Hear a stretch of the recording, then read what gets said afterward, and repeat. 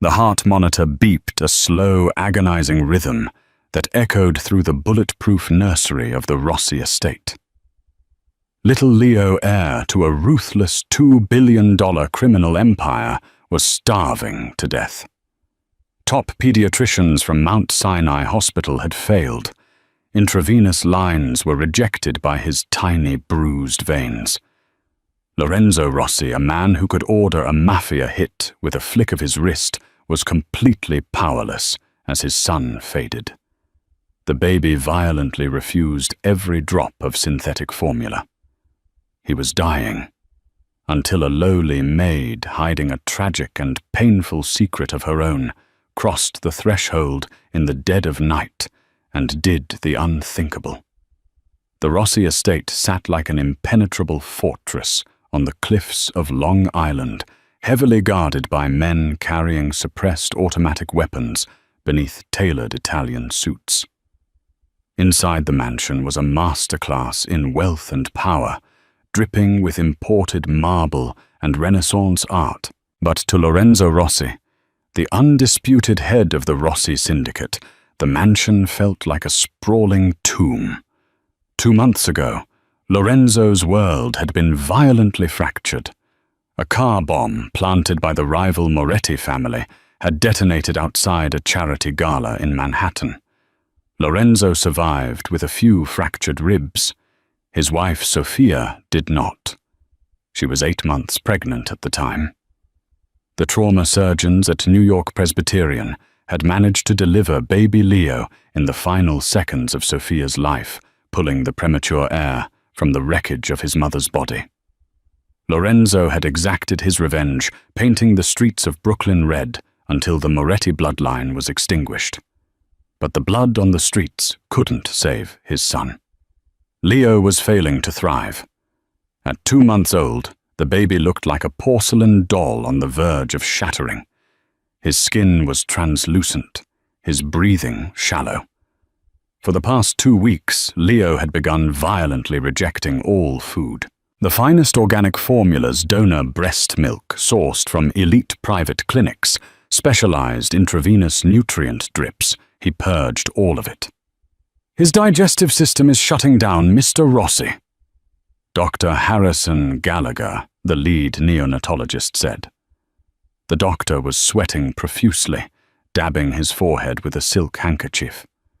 Standing in the middle of Lorenzo's dark mahogany study, surrounded by the Don's heavily armed capos, the doctor knew he was delivering news that could cost him his life. We've run every toxicology screen, every genetic panel. There is no medical explanation for the absolute rejection of the nutrients. His body is simply giving up. Lorenzo, standing by the floor-to-ceiling window overlooking the Atlantic, crushed the crystal whiskey glass in his hand. The sharp shards sliced into his palm, but he didn't flinch. Blood dripped onto the Persian rug. "You are telling me," Lorenzo said, his voice a low, terrifying rasp, "that I can buy half the judges in New York State. But I cannot buy a single ounce of fat for my son's bones. I'm sorry, Don Lorenzo. We have maybe 48 hours before his organs begin to fail completely." Downstairs, completely oblivious to the Mafia politics and the impending tragedy, was Hunter Higgins. Hunter was 24, hollow-eyed, and moving through the mansion's massive corridors like a ghost. She wore the standard black-and-white uniform of the estate's cleaning staff, scrubbing the baseboards of the East Wing until her knuckles bled. Hunter was a woman running from her own private hell. 3 weeks ago, her abusive ex-boyfriend, a small-time gambler who owed $50,000 to loan sharks, had shoved her down a flight of stairs during a drunken rage. Hunter had been 38 weeks pregnant. She lost the baby, a little girl she had already named Lily. The physical pain of her recovering body was nothing compared to the crushing emotional void, but nature was cruel. Despite her baby being gone, Hunter's body didn't know that. Her breasts were painfully engorged, leaking milk for a child who would never cry for it. She bound her chest with tight bandages beneath her maid's uniform, popping black market painkillers just to get through her grueling 12-hour shifts. She had taken this job hired through a discreet, no-questions-asked agency because the loan sharks her ex had provoked were now hunting her. She needed cash, and the Rossi estate paid in thick envelopes of untraceable $100 bills. Hunter was told 3 rules on her first day. Keep your head down, never speak to the armed men, and never under any circumstances go near the master suite or the nursery on the 3rd floor. But grief is a strange compass, and that night the house was unusually quiet. It was 2 a.m. Hunter was polishing the banister on the 2nd floor landing when she heard it. A cry. It wasn't a normal baby's cry. It was a weak, raspy, pitiful sound. The sound of a tiny creature that had fought its final battle and was whimpering in defeat. Hunter froze. The rag dropped from her hand. Deep within her chest, a primal biological trigger snapped. Her milk let down, dampening the bandages beneath her shirt with a sharp, burning ache. Her heart hammered against her ribs. She knew she shouldn't move. She knew there were cameras. She knew the men who guarded this house made people disappear for lesser offenses. But the cry came again. So frail, so desperate. Hunter abandoned her cleaning supplies and began to climb the grand staircase toward the forbidden 3rd floor. The 3rd floor hallway was dimly lit by antique sconces. At the far end stood the heavy oak door of the nursery, slightly ajar. Hunter crept forward, her rubber-soled shoes making no sound against the thick carpet. She expected to see guards, but the hallway was empty. Later, she would learn that Lorenzo had dismissed everyone, unable to bear the sight of strangers watching his son die, wanting the floor completely isolated. Hunter peeked through the crack in the door. The nursery was the size of a standard apartment, equipped with medical monitors that blinked in the gloom. In the center was a massive hand-carved mahogany crib. Next to it, slumped in a plush leather armchair, was the night nurse, Beatrice. The older woman was fast asleep, a half-empty bottle of high-end Chardonnay sitting on the side table beside her. Anger flared hot and sudden in Hunter's chest. How could she sleep while a baby was crying? Hunter slipped inside the room. The air was sterile, smelling faintly of rubbing alcohol and expensive baby powder. She approached the crib and looked down. The sight of little Leo broke whatever remained of Hunter's fragile heart. He was so tiny, hooked up to a tangle of tubes that looked monstrous against his pale skin. His little fists were clenched, his face scrunched in a weak, silent sob. He was rooting, turning his little head side to side, opening his mouth in a desperate search for nourishment. "Oh, sweet boy," Hunter whispered, tears immediately spilling over her lashes. "You're so hungry." I know. Without thinking, driven by a raw, devastating instinct that overwhelmed her, fear of the Mafia boss who owned this house, Hunter reached into the crib. She carefully maneuvered around the wires and scooped the fragile baby into her arms. He felt weightless, too light. She sat on the edge of the velvet window seat, turning her back to the sleeping nurse. Her chest was throbbing with painful pressure. Trembling, Hunter unbuttoned the top of her maid's uniform, pulled aside the restrictive bandages, and guided the baby's face to her bare breast. For a terrifying second, Leo didn't move. He lay limp against her skin. Then a miracle happened. The scent of natural, warm mother's milk, not the sterile, chemically processed donor milk or formula he had been force-fed, hit his senses. Leo's tiny mouth opened. He latched on. Hunter gasped, a sob of relief and physical release escaping her lips as the baby began to suckle. It was weak at first, uncoordinated, but within seconds the rhythm steadied. Suck, swallow, breathe. The sound was the most beautiful music Hunter had ever heard. Tears streamed down her face, falling onto Leo's dark, wispy hair as she cradled him, rocking him gently. "That's it, sweetheart," she breathed, entirely lost in the moment. "Drink. I've got you." The rhythmic, steady beep. Beep. Beep of the heart monitor began to strengthen the tempo, smoothing out as the baby's distress faded into the comfort of a mother's warmth. "Step away from my son." The voice was cold, quiet, and carried the weight of a loaded gun. Hunter's blood ran to ice. She slowly lifted her head. Standing in the doorway was Lorenzo Rossi. He was still wearing his suit trousers and a crisp white shirt. The sleeves rolled up to reveal dark tattoos wrapping around his forearms. In his right hand, leveled perfectly at Hunter's head, was a suppressed Heckler & Koch USP pistol. Behind him, two massive bodyguards, Dominic and Rocco, stood with their weapons drawn, their eyes scanning the room. The sleeping nurse, Beatrice, jerked awake, gasping as she saw the Don holding a gun. "Mr. Rossi, I just closed my eyes for a second. This Maid. She snuck in." "Shut up, Beatrice," Lorenzo hissed, never taking his dark, lethal eyes off Hunter. He stepped fully into the room. "I will ask you one time before I put a bullet between your eyes. What are you doing to my son?" Hunter was paralyzed with terror, but she didn't drop the baby.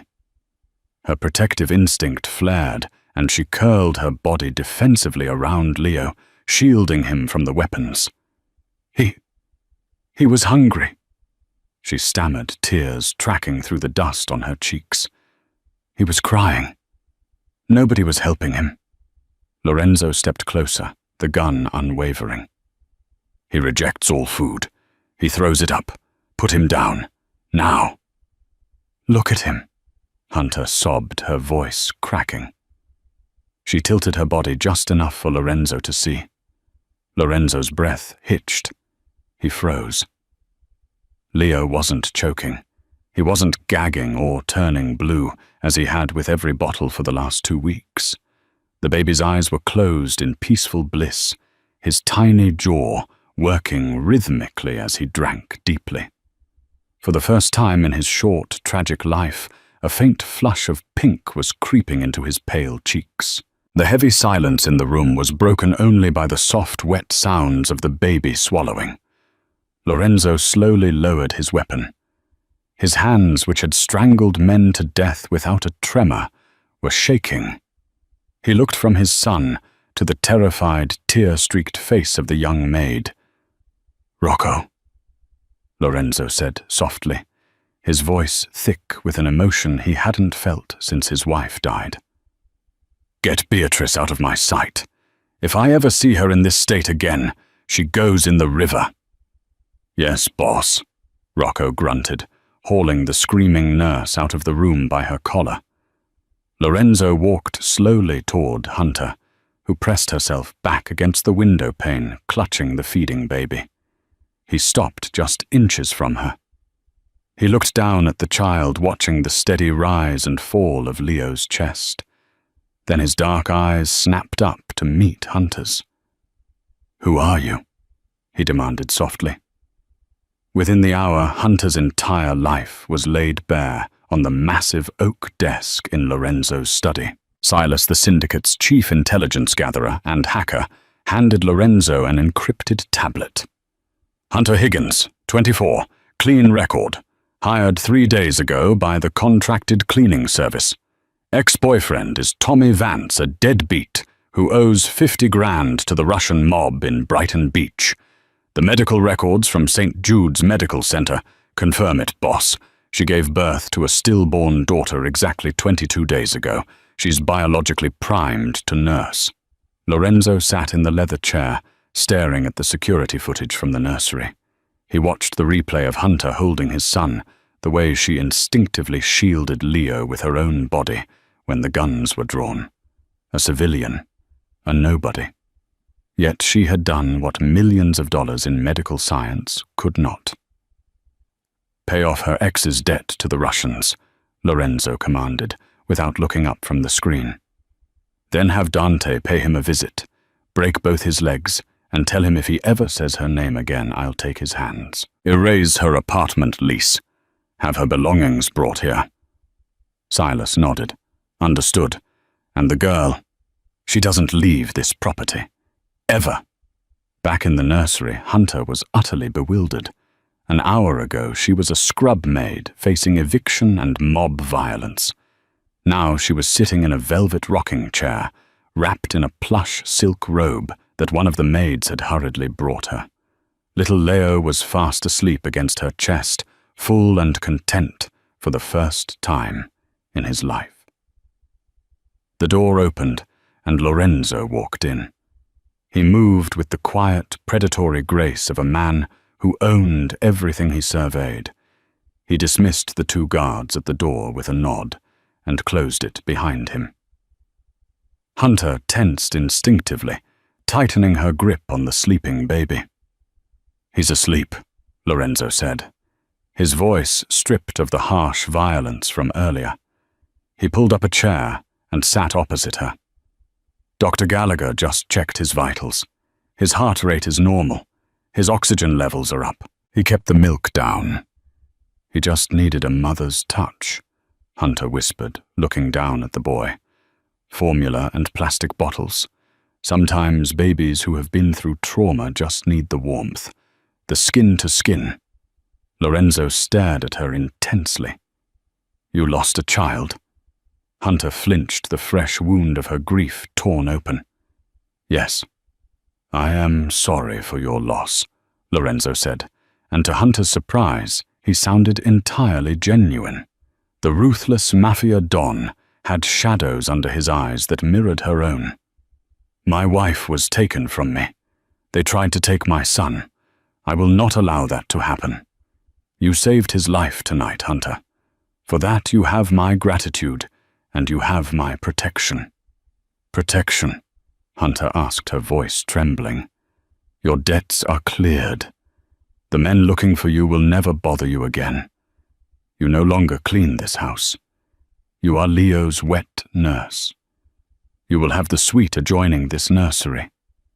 You will have a salary of $20,000 a week. You want for nothing.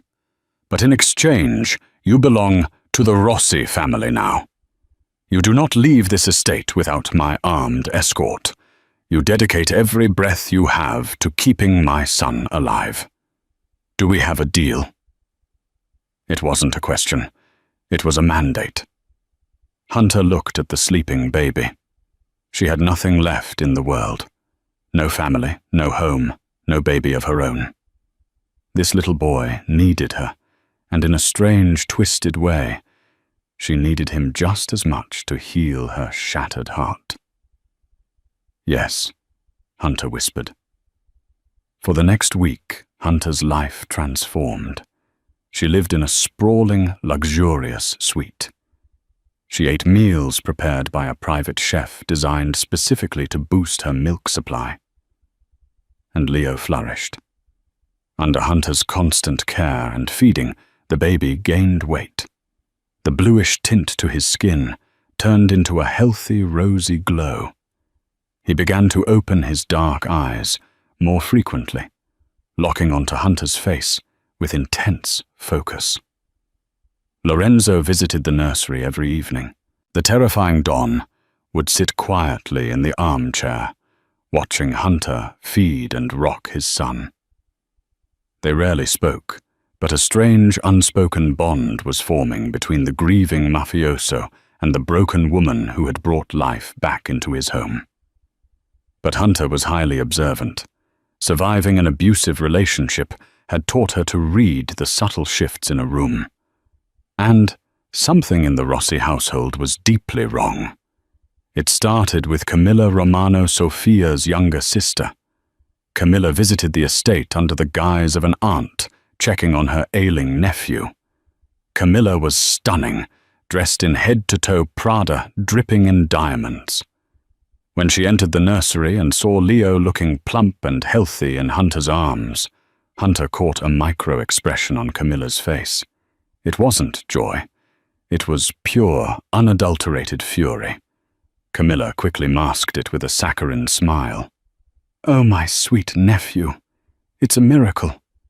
And you." Camilla looked Hunter up and down with barely concealed disgust. "The hero Maid. How rustic."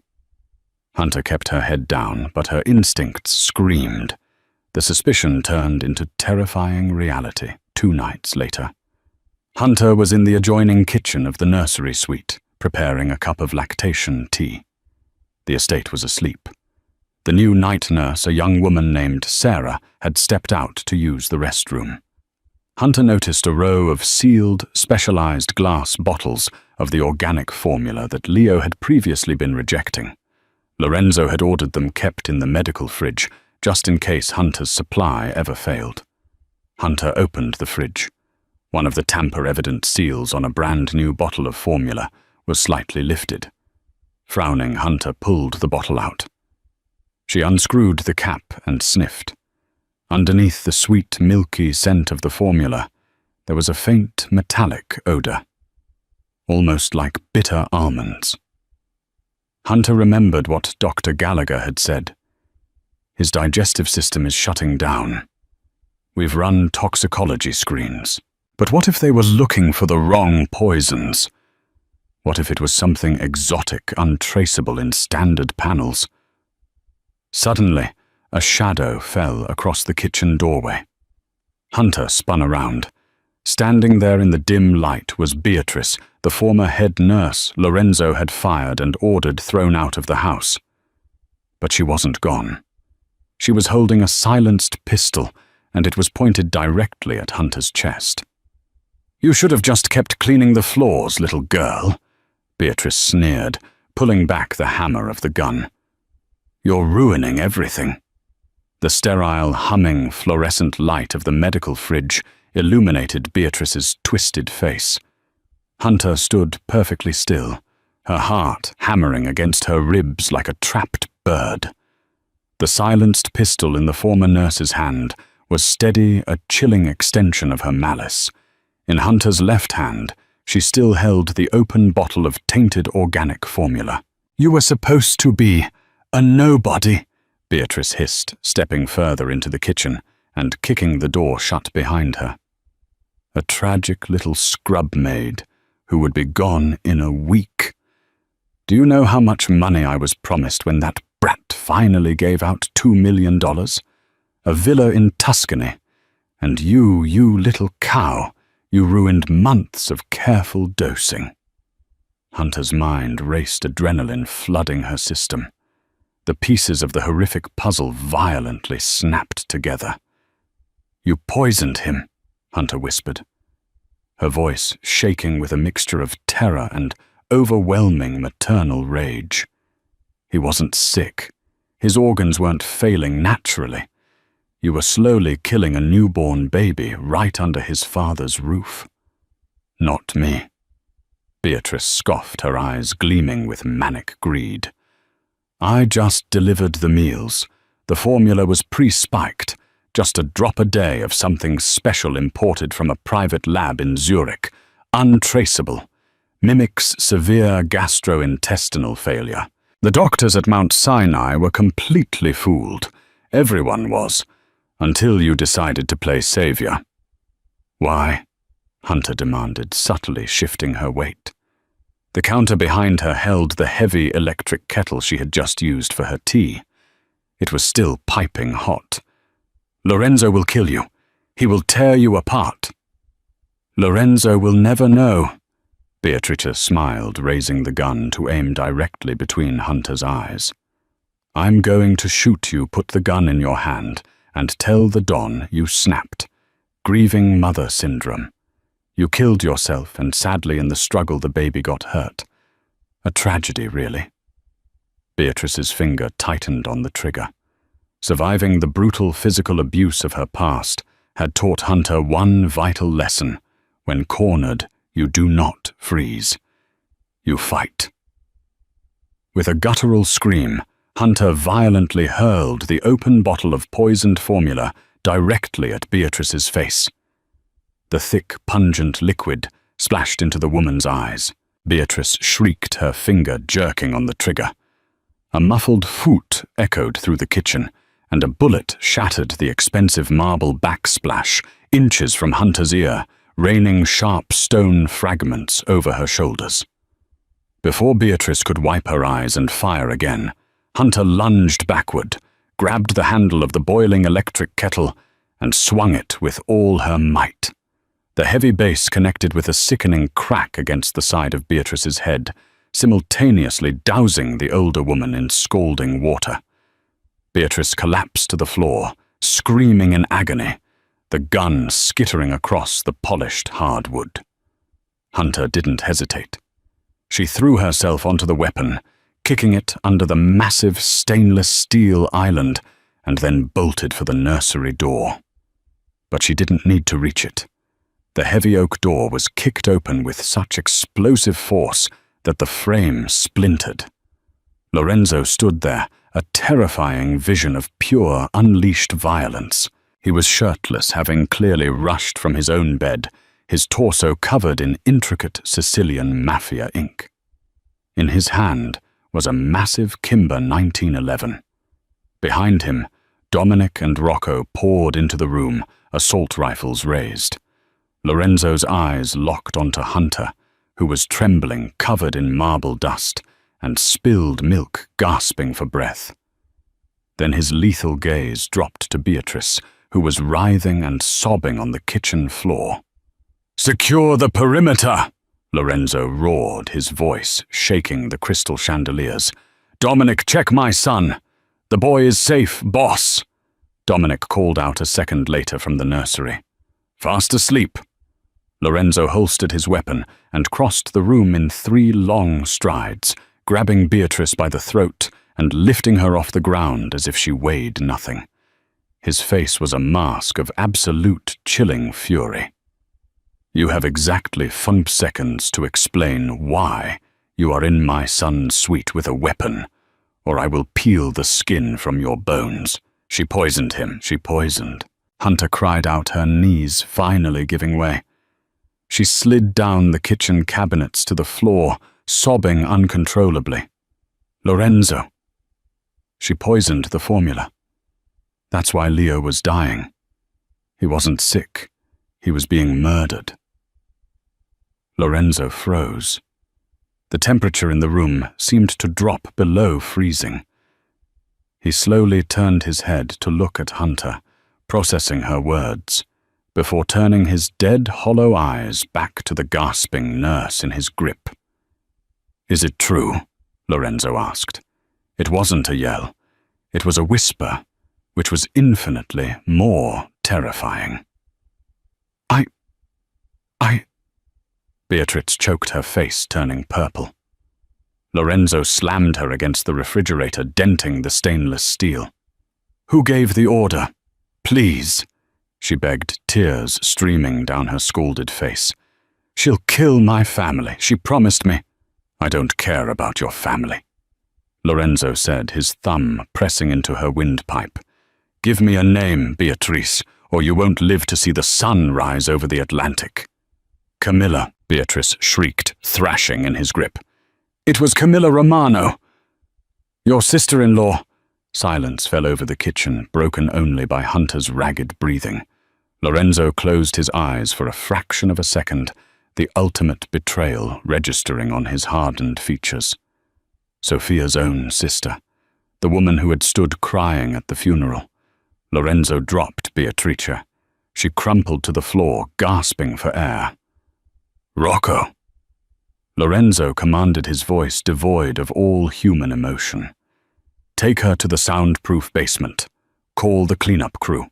I want every single bottle, Every drop of formula in this house boxed up as evidence for Silas. Nobody sleeps tonight." "Yes, Don Lorenzo," as the guards dragged the sobbing nurse away. Lorenzo turned his attention back to Hunter. The Mafia kingpin knelt on the floor beside her. He reached out his large, calloused hands, gently brushing the marble dust from her hair. He noticed the slight cut on her cheek, where a stone fragment had grazed her. "You fought her," Lorenzo murmured, his dark eyes tracing her face with a mixture of awe and profound respect. "She was going to hurt Leo," Hunter whispered fiercely, wrapping her arms around her own chest. "I couldn't let her. I won't let anyone hurt him." Lorenzo's expression softened, a crack forming in the impenetrable armor he wore for the world. He reached forward and, to Hunter's shock, pulled her into his chest. He held her tightly, burying his face in her hair. She smelled like milk, honey, and gunpowder. "You saved him again," Lorenzo swore into the darkness of the kitchen. "I vow on my life, Hunter, you will never have to fight for your life in my house again." By 6 a.m. the next morning, the Rossi estate was empty. Lorenzo wasn't taking any chances. If Camilla Romano had infiltrated his inner circle once she could do it again. The sprawling Long Island mansion was a fortress, but a compromised one. Under the cover of darkness, in a convoy of armored black Cadillac Escalades, Lorenzo moved his most precious assets to a location known only to 3 people in the world. It was a $40 million off-the-books penthouse in the heart of Tribeca. Occupying the entire top floor of a high-rise, it featured biometric locks, bulletproof floor-to-ceiling windows, a private medical bay, and a dedicated elevator requiring retinal scans. Hunter stood by the massive windows, holding little Leo. The morning sun was rising over the New York City skyline, casting a golden glow over the sleeping infant. He had just finished a full feeding and was nestled heavily against her chest, swaddled in a cashmere blanket. Hunter felt a profound, overwhelming love for this child. He had filled the gaping, bleeding hole in her heart, left by her daughter. "The view is better here," a deep voice rumbled behind her. Hunter turned. Lorenzo was standing in the doorway of the living room. The exhaustion of the past 24 hours was etched deeply into the lines around his eyes, and his jaw was covered in dark stubble. He poured himself a measure of scotch from a crystal decanter, despite the early hour. "It's beautiful," Hunter agreed softly. "Is he safe here, Lorenzo?" "He is untouchable here," Lorenzo replied, walking over to join her at the window. He looked down at his son, gently trailing a thick finger over the baby's plump cheek. "Silas analyzed the formula you threw. It was laced with ricin and a synthetic cardiac depressant. It was designed to mimic sudden infant death syndrome eventually. Camilla wanted the heir gone." "But why?" Hunter asked, her brow furrowing. "He's her nephew. He's her sister's blood." "Money and power, Hunter. It's the only language the 5 families speak," Lorenzo said bitterly, taking a sip of the amber liquid. "When Sophia died, her family's syndicate, the Romanos, was supposed to merge fully with mine under Leo's name. If Leo dies, the Romano assets revert entirely to Camilla. Furthermore, I believe she wants to force a marriage between us to consolidate power. She thinks if I am grieving and vulnerable, I will turn to her." Hunter felt a sharp stab of an unfamiliar emotion in her chest. Jealousy. The thought of that perfectly manicured, venomous woman touching Lorenzo made Hunter's blood run hot. She instinctively pulled Leo a fraction closer. Lorenzo noticed the protective gesture. A faint, genuine smile touched his lips. "You don't have to worry, mia cara. Camilla Romano will never set foot near you or my son again. But I cannot simply execute her. If I kill the head of the Romano family without ironclad proof presented to the Commission, it will start a Mafia war that will burn New York to the ground. I need her to confess. I need to draw her out. How? By letting her think she won. Over the next 3 days, the penthouse became an isolated sanctuary. Lorenzo rarely left running his massive criminal empire from a bank of encrypted servers in the den. For Hunter, it was a strange, suspended reality. She was a captive, yet she had never felt safer or more cherished. Lorenzo treated her not as an employee, but as an equal. He ordered the finest clothes delivered from Bergdorf Goodman for her soft silk loungewear, tailored dresses, cashmere sweaters. He ate dinner with her every night, asking about her life before the trauma, listening intently to her stories about her childhood in upstate New York. The physical proximity was intoxicating. Whenever Hunter fed Leo in the evenings, Lorenzo would sit close by. He watched her with a hungry, reverent intensity that made Hunter's skin flush and her breath catch. The boundaries between Mafia Don and wet nurse, between protector and protected, were blurring into something deep, powerful, and deeply romantic. On the 4th night, Lorenzo put his plan into motion. He sat at the dining table, a burner phone in his hand. Hunter sat across from him, bouncing a cooing Leo on her knee. "I am going to make the call," Lorenzo said, his eyes meeting Hunter's. "Are you ready?" Hunter nodded, her jaw set. "Do it." Lorenzo dialed Camilla's private number. He put the phone on speaker and set it on the table. He took a deep breath, instantly transforming his posture and voice. Gone was the strong, steady protector. In his place was a broken, grieving father. "Lorenzo." Camilla's voice purred through the speaker, dripping with false sympathy. "Darling, I've been trying to reach you for days. Rumors are flying. Is everything all right at the estate?" "Camilla," Lorenzo rasped, forcing his voice to crack. It's Leo." There was a sharp intake of breath on the other end. "Oh God. Lorenzo, no." "What happened?" He took a turn for the worse. Lorenzo lied smoothly, clutching the edge of the table. "The new nurse, that Maid. She was incompetent. She dropped him. He's in the private ICU at New York Presbyterian. They don't think he's going to make it through the night. His heart is failing." Hunter watched, mesmerized by Lorenzo's terrifying ability to manipulate. "I am so sorry, Lorenzo," Camilla said. Hunter could practically hear the triumphant smirk in the woman's voice. "I am coming to the hospital right now. You shouldn't be alone." "No," Lorenzo said quickly. "I can't bear the hospital. I left him with the doctors. I'm at the old safe house, the one by the docks in Brooklyn.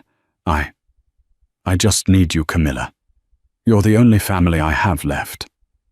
"I'll be right there, my love," Camilla whispered. "Don't move." The line clicked dead. Lorenzo's expression instantly turned to stone. He stood up, checking the magazine of his pistol. "She took the bait," Lorenzo said, his voice lethal. "She's going to the Brooklyn warehouse to comfort the grieving widower. Silas and Dominic are waiting with the recording equipment. When she gloats, we have her." Hunter stood up, holding Leo tight. "Be careful, Lorenzo. Please." Lorenzo crossed the room, stepping into Hunter's personal space. He reached out, cupping the back of her neck with a warm, heavy hand. His thumb gently stroked her jawline. "I will always come back to you," Lorenzo murmured, his gaze dropping to her lips. Slowly, deliberately, he leaned down and pressed a soft, lingering kiss to her forehead, then to the crown of Leo's head. Lock the doors. Do not open them for anyone but me." As the private elevator doors closed behind Lorenzo, Hunter felt a deep chill settle over the penthouse. She walked over to the security monitors, watching the cameras that monitored the street below. 20 minutes passed. Suddenly, Hunter's phone buzzed on the counter. It was an encrypted text from a number she didn't recognize. "Did you really think I was stupid enough to go to Brooklyn? Little bird, I tracked Lorenzo's burner phone. I know exactly where you are." Before Hunter could scream, the lights in the penthouse completely cut out. The heavy blast doors of the private elevator began to grind open in the darkness. The heavy steel-reinforced doors of the private elevator ground open with a metallic screech that echoed through the pitch-black Tribeca penthouse. Hunter stood frozen in the center of the massive living room. The panoramic views of the New York skyline, usually breathtaking now, only provided faint ambient light from the city below. The penthouse's main power grid had been completely severed. A second later, the emergency backup generators kicked in, bathing the corridors in a low, eerie red LED glow. Hunter clutched little Leo tightly to her chest. The baby, sensing the sudden shift in his protector's heart rate, began to whimper. "Shh, sweet boy," Hunter breathed frantically, pressing her lips to his warm forehead. She covered his small ear with her hand, praying he wouldn't cry. From the darkness of the foyer, the distinct rhythmic click-clack of high heels on the imported Brazilian hardwood floor broke the silence. "Lorenzo always was too predictable," a woman's voice echoed through the sprawling apartment. The voice was smooth-cultured and dripping with venom. It was Camilla Romano. "He thinks like a blunt instrument, a hammer, but I think like a scalpel. Did he honestly believe I wouldn't recognize a trap I paid a rogue ex-Mossad contractor $3 million to plant Pegasus spyware on his private servers last month? I haven't just been tracking his burner phone, little bird. I've been watching you through the security cameras for 3 days." Hunter's blood ran cold. The realization hit her like a physical blow. Camilla had watched her bond with Leo. She had watched Lorenzo kiss her forehead. This wasn't just about Mafia politics anymore. It was deeply, violently personal. Hunter knew she couldn't outrun Camilla's men in the open, and she certainly couldn't fight armed Mafia hitmen with a baby in her arms. She needed a weapon, and she needed a stronghold. She turned and sprinted silently on her bare feet down the long red-lit corridor toward the medical bay. It was the most fortified room in the penthouse, aside from the panic room, which Hunter didn't have the biometric clearance to open. "Where are you hiding, little milkmaid?" Camilla taunted, her voice drifting closer. The heavy scent of her Tom Ford black orchid perfume began to snake through the stale air of the penthouse. "You can't protect him. He was a mistake. A premature, weak little complication that stands between me and a $2 billion empire." Hunter slipped inside the medical bay and eased the heavy door shut, locking the deadbolt. Her hands were shaking violently. She laid the swaddled, fussing baby into the padded medical bassinet. "Stay quiet, my brave boy. Just for a minute." Hunter whispered, tears welling in her eyes. She frantically searched the stainless steel counters. There were no guns in here. Lorenzo kept his armory in the master suite. But this was a fully equipped trauma room designed to patch up gunshot wounds off the books. Hunter ripped open a sterilized drawer and pulled out a surgical scalpel. The carbon steel blade glinted menacingly in the red emergency light. She also grabbed a heavy, solid steel portable defibrillator unit. Outside the door, the footsteps stopped. Do you know how pathetic you are? Camilla's voice was muffled through the thick wood, but it was right outside. A scrub maid playing house with the Don of the Rossi Syndicate. He doesn't love you. He's using you as a biological pacifier for his dying brat. The moment that baby is weaned, you'll be thrown back into the gutter where you belong.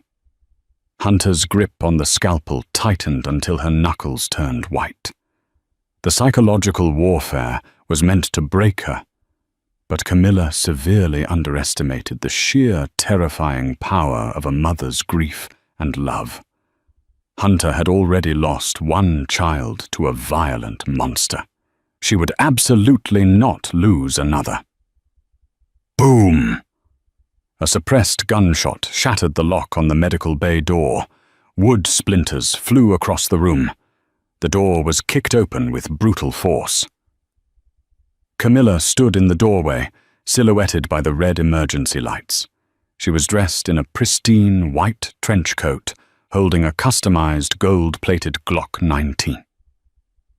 Two massive, heavily armed enforcers stood behind her in the hall. Camilla stepped into the room, her cold eyes scanning the shadows until they locked onto the bassinet. She smiled, a terrifying, predatory stretching of her red lips. "There's the little heir. Get out," Hunter said.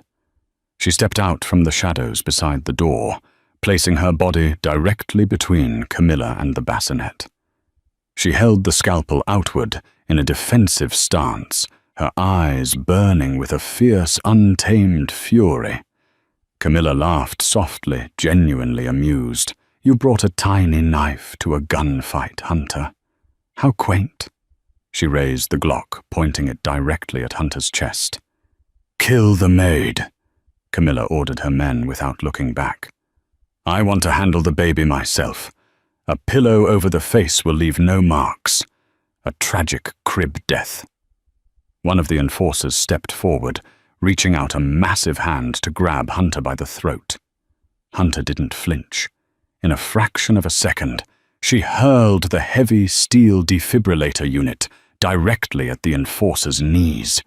The massive weight connected with a sickening crunch. The man roared in pain, his legs buckling his assault rifle, clattering to the floor. Before the second enforcer could react, Hunter lunged forward with terrifying speed, driving the surgical scalpel deep into the wrist of Camilla's gun hand. Camilla shrieked a piercing sound of absolute agony. The gold-plated Glock dropped from her fingers, clattering across the sterile tiles. Blood bloomed instantly across her pristine white sleeve. "You bitch!" Camilla screamed, stumbling backward and clutching her arm. "Shoot her!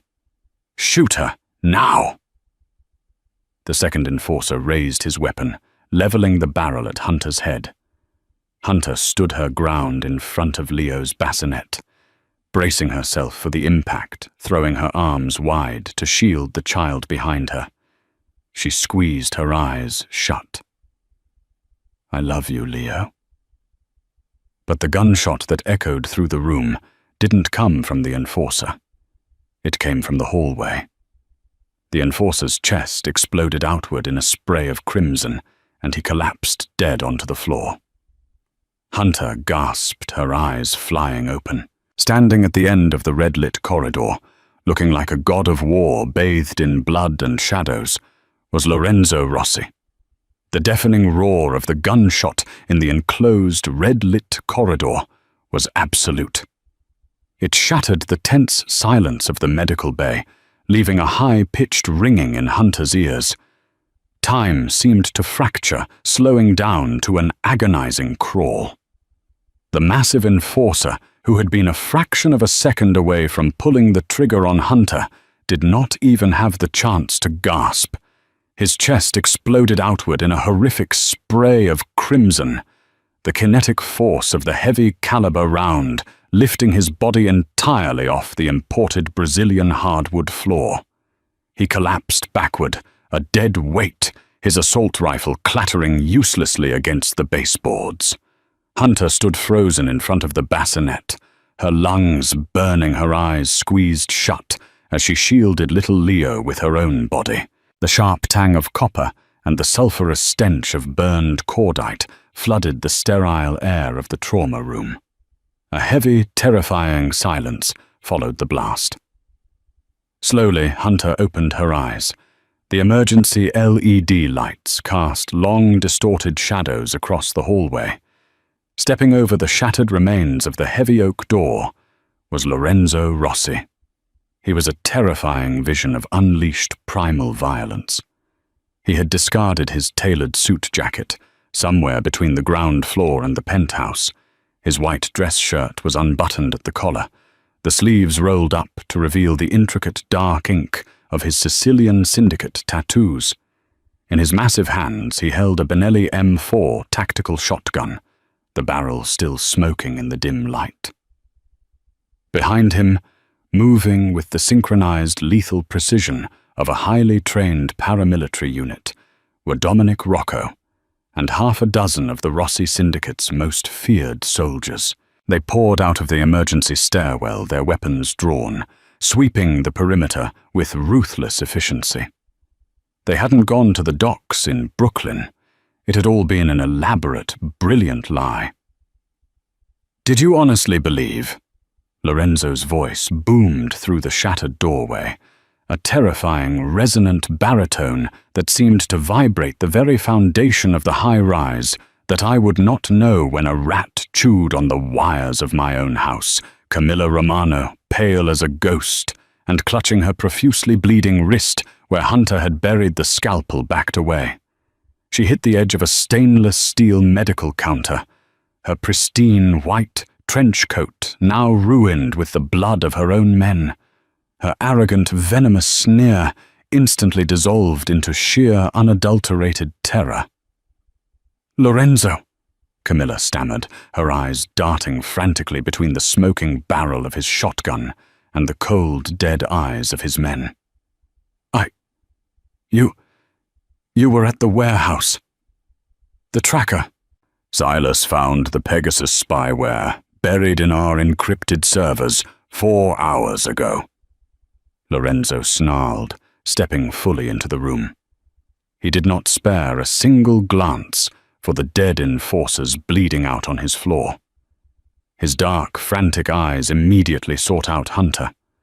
When Lorenzo saw her standing there, barefoot, trembling, covered in a light dusting of plaster, but aggressively shielding his son's bassinet, with a bloody surgical scalpel still gripped in her hand, a profound, staggering look of relief washed over his hardened features. The lethal tension in his jaw relaxed by a fraction of an inch. He lowered the barrel of the Benelli. "I traced the IP address of your rogue hacker." Lorenzo continued, finally turning his dead, hollow gaze back to Camilla. "Gideon Shaw, operating out of a shell company server farm in Hoboken, New Jersey. We paid Mr. Shaw a very personal visit an hour ago. He was surprisingly cooperative after Dante broke his first 3 fingers with a ball-peen hammer. He handed over every encrypted file, every offshore wire transfer, routed through Credit Suisse, and exactly what you were planning to do here tonight." Camilla's knees visibly buckled. She slid down the side of the medical cabinets, leaving a smear of red against the pristine white enamel. "Lorenzo, please, you have to understand. We are family. Sophia's blood flows in my veins. I did this for the Syndicate. Do not ever speak my dead wife's name in my presence again." Lorenzo roared, the sound echoing like a physical blow. He closed the distance between them in 2 massive strides, towering over the cowering woman. "You poisoned my infant son. You orchestrated a slow, agonizing assassination of a baby. And tonight you tried to murder the only woman who managed to save his life." "I had to," Camilla shrieked hysterically, the polished veneer of the Mafia princess finally cracking entirely. The Romano family is bankrupt, Lorenzo. My father made terrible investments in the Fulton fish market territories before he died. We owe $40 million to the Sinaloa cartel. They were going to skin me. If Leo inherited the Romano estate, the assets would be locked in a trust for 18 years. I needed the capital liquidated now. I needed the boy out of the way. Hunter listened from the shadows of the bassinet, her stomach turning. It was never about power or some grand Mafia vision. It was about greed. Pure, pathetic greed and terrible debts. A tiny, innocent baby was suffering organ failure simply because his aunt needed to pay off a cartel. Your debts are your own grave, Camilla, Lorenzo said, his voice dropping to a terrifying, deadly whisper. You are a cancer, and tonight I am cutting you out. You can't touch me, Camilla cried, desperation making her voice shrill. The commission, the 5 families will demand a sit-down. You cannot execute a Romano boss without a trial and ironclad proof. The Lucchese and Genovese families will declare open war on the Rossi syndicate if you kill me here. Lorenzo's lip curled into a cruel, triumphant smile. He reached into the pocket of his trousers and pulled out a small, encrypted black audio recorder. He pressed a button. The quiet hum of the medical bay was suddenly filled with the playback of a voice. Kill the maid. I want to handle the baby myself. A pillow over the face will leave no marks. A tragic crib death. It was Camilla's exact words from 3 minutes ago, recorded in perfect high-fidelity audio. Silas bugged every square inch of this penthouse the moment we moved my son here, Lorenzo said coldly, pocketing the device. The commission will hear this tape tomorrow morning at 10 o'clock. There will be no war. There will only be a unanimous vote. By noon, your entire faction will be dismantled.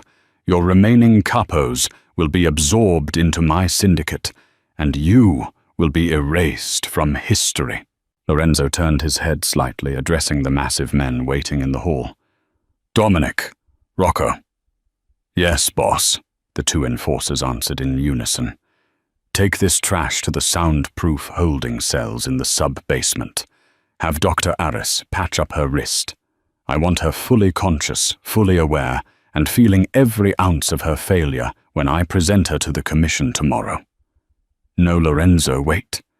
Please, I'll sign everything over. Don't let them take me, Camilla screamed, thrashing wildly as Dominic and Rocco hauled her up by her armpits. Her expensive designer heels dragged uselessly against the hardwood floor. Her desperate, sobbing screams faded into the distance as the heavy emergency stairwell doors slammed shut, plunging the hallway back into an eerie silence. The siege was over. Lorenzo stood in the center of the room for a long moment, his broad chest heaving as the adrenaline slowly began to recede. He unchambered the shotgun, flicked the safety on, and laid the heavy weapon down on a stainless steel medical tray. Then he turned to Hunter. The terrifying, untouchable Don of the Rossi Empire vanished. In his place was just a man, a father, who had come inches away from losing his entire world for the second time. Hunter was trembling uncontrollably now. The shock was setting in her knees, feeling like water. The bloody scalpel slipped from her numb fingers, clattering loudly against the tiled floor. In 3 long strides, Lorenzo crossed the room. He didn't speak. He simply reached out and pulled Hunter into a crushing, desperate embrace. He buried his face in the crook of her neck, breathing in the scent of her, a mix of milk fear and sheer survival. His massive, calloused hands spanned her back, holding her so tightly it was as if she were the only thing tethering him to the earth. I've got you," Lorenzo whispered hoarsely, the words vibrating against her skin. "It's over, Mia cara. You're safe. My son is safe." Hunter collapsed against his solid chest, her hands fisting in the fabric of his shirt as the tears finally broke free.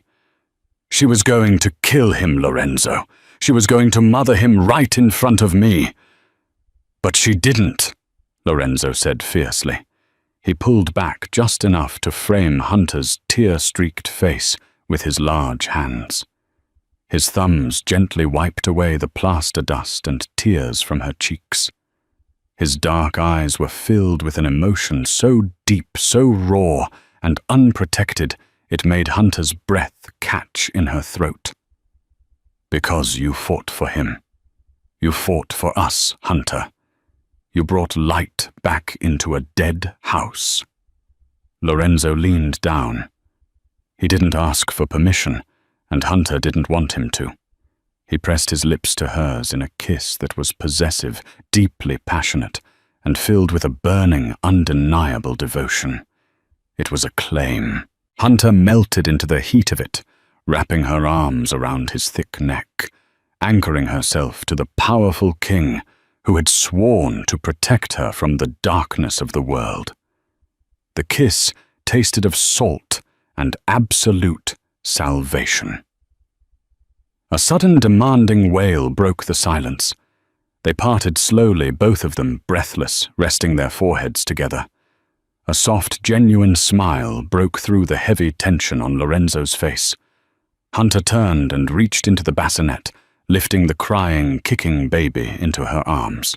Leo was rooting blindly against her chest, hungry, angry at the noise, and entirely oblivious to the fact that an empire had just been dismantled and saved in his name. "Someone," Hunter whispered, wiping a lingering tear from her eye as she cradled the boy, "is very aggressively demanding his late-night feeding." Lorenzo stepped up behind her, wrapping a heavy protective arm around Hunter's waist, pulling both her and his son back against his chest. He looked out into the hallway, where his remaining soldiers stood at attention, waiting for orders. "Salvatore!" Lorenzo called out to his lieutenant. "Get a cleanup crew up here immediately and inform the men." Lorenzo's voice hardened, projecting absolute authority. "From this night forward, Hunter is not staff. She is family. Her word is my word. Her safety is my life. If anyone disrespects her, they answer to me. Am I understood?" "Yes, Don Lorenzo," the men echoed, bowing their heads respectfully toward Hunter. Lorenzo looked down at the beautiful, brave woman, holding his son, pressing a soft kiss to her temple. "Let us go feed our boy." He murmured the word "our," hanging beautifully and permanently in the air between them. "Tomorrow, the Rossi Syndicate steps into a new era, and I will show the world exactly who my queen is." Hunter Higgins started as a broken, grieving maid, hiding from a cruel world. But through an extraordinary act of maternal love, she became the fierce protector of a Mafia heir and the undeniable queen of the Rossi Empire. Lorenzo and Hunter's journey proves that sometimes the most impenetrable fortresses are breached not by bullets but by compassion, and the deepest wounds are healed by unexpected love. Little Leo grew up strong, healthy, and fiercely protected by the mother who chose him in the dark.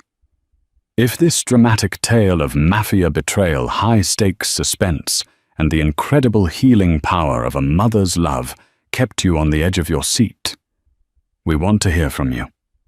Please like this video, share it with your friends who love a thrilling romance, and hit that subscribe button for more intense, real-life inspired storytelling. Drop a comment below. What would you have done in Hunter's shoes? See you in the next story.